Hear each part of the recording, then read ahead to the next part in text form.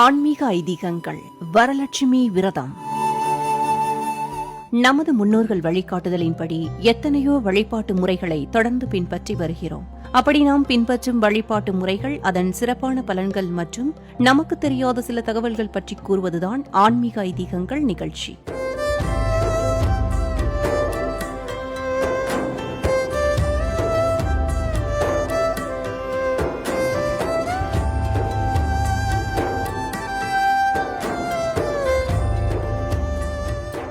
அந்த வகையில் வரலட்சுமி விரதம் பற்றியும் வழிபாடுகள் மற்றும் அதன் பலன்கள் பற்றியும் இன்றைய ஆன்மீக ஐதீகங்கள் நிகழ்ச்சியில் தெரிந்து கொள்ளலாம். வாருங்கள்.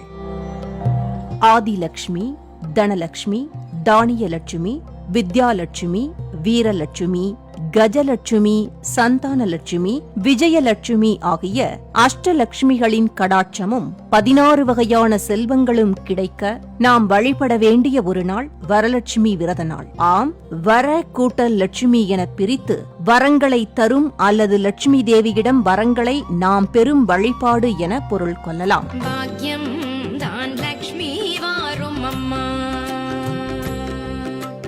பாக்யம் தான் லட்சுமி வாரும் அம்மா, முன்னோர்கள் செய்த பாக்யம் தான் லட்சுமி வாரும் அம்மா.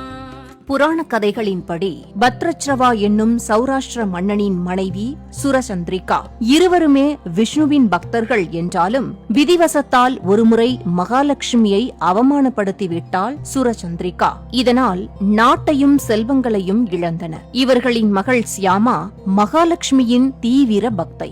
அவளின் வழிகாட்டுதலின்படி இருவரும் வரலட்சுமி விரதம் இருந்து திருமகளை வழிபட இழந்தவை யாவும் திரும்ப பெற்று சகல சௌபாக்கியங்களையும் அடைந்தனர் என்றும் வரலட்சுமி விரத மகாத்மியம் கூறுகிறது. ஸ்ரீ வரலட்சுமி விரதம் இருந்தால் தீர்க்க சுமங்கலி வீட்டுக்கு வருவாள். ஸ்ரீ வரலட்சுமி விரதம் இருந்தால் தீர்க்க சுமங்கலி வீட்டுக்கு வருவாள். காருண்யமான தேவி முகம் கலசத்தில் வைத்து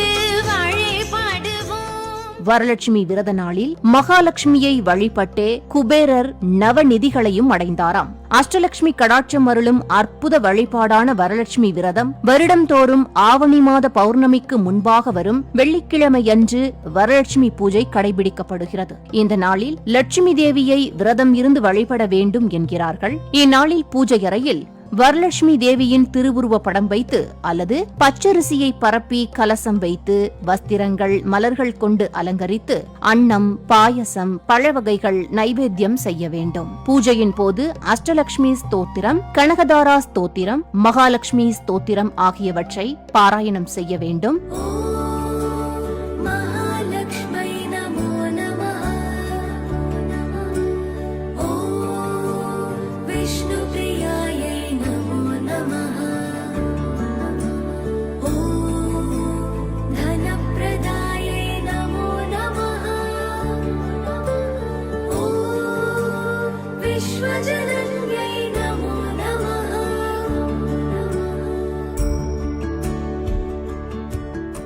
வரலட்சுமி பூஜை செய்யும் போது நம் வீட்டுக்கு வரும் விருந்தினர்களை நாம் எப்படி உற்சாகமாக வரவேற்போமோ அதே மாதிரி வாசலில் நின்று லட்சுமியை பாவனை செய்து அழைக்க வேண்டுமாம். பின்னர் பூஜிக்கப்பட்ட கலசத்தை அரிசி பாத்திரத்துக்குள் வைப்பது மிகவும் விசேஷம் என்கிறார்கள். வரலட்சுமி விரதம் கடைபிடிப்பதால் மாங்கல்ய பாக்கியம் நிலைக்கும், செல்வம் சேரும், கன்னி பெண்களுக்கு திருமணம் நிச்சயமாகும், குழந்தைகளுக்கு கல்வி ஞானம் கிட்டும், வரலட்சுமியின் அருளால் விரும்பிய நலன்கள் அனைத்தும் கிடைத்து வாழ்க்கை வளமாகும். பூஜை ஏற்க வருவாய் வரலட்சுமி,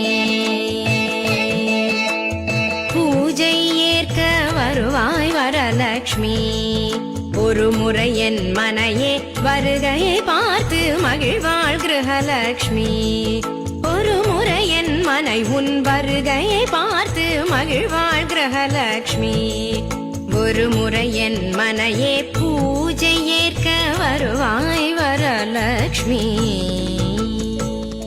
நேயர்களே, எந்த வீட்டில் பெண்கள் வரலட்சுமி நோன்பிருந்து முறைப்படி பூஜை செய்கிறார்களோ அந்த வீட்டிற்கு அன்னை மகாலட்சுமி விரும்பி வருவதாகவும் அருளாசி வழங்குவார் என்பதும் நம்பிக்கை. வரலட்சுமி விரத பூஜை நடத்தப்படும் வீடுகளில் மகாலட்சுமி நிரந்தரமாக வாசம் செய்வாள் என்பதும் ஐதீகம். எனவே நாமும் வரலட்சுமி விரதம் இருந்து அந்நாளில் மகாலட்சுமி தேவியை போற்றி வணங்குவோம். வளமுடன் வாழ்வோம்.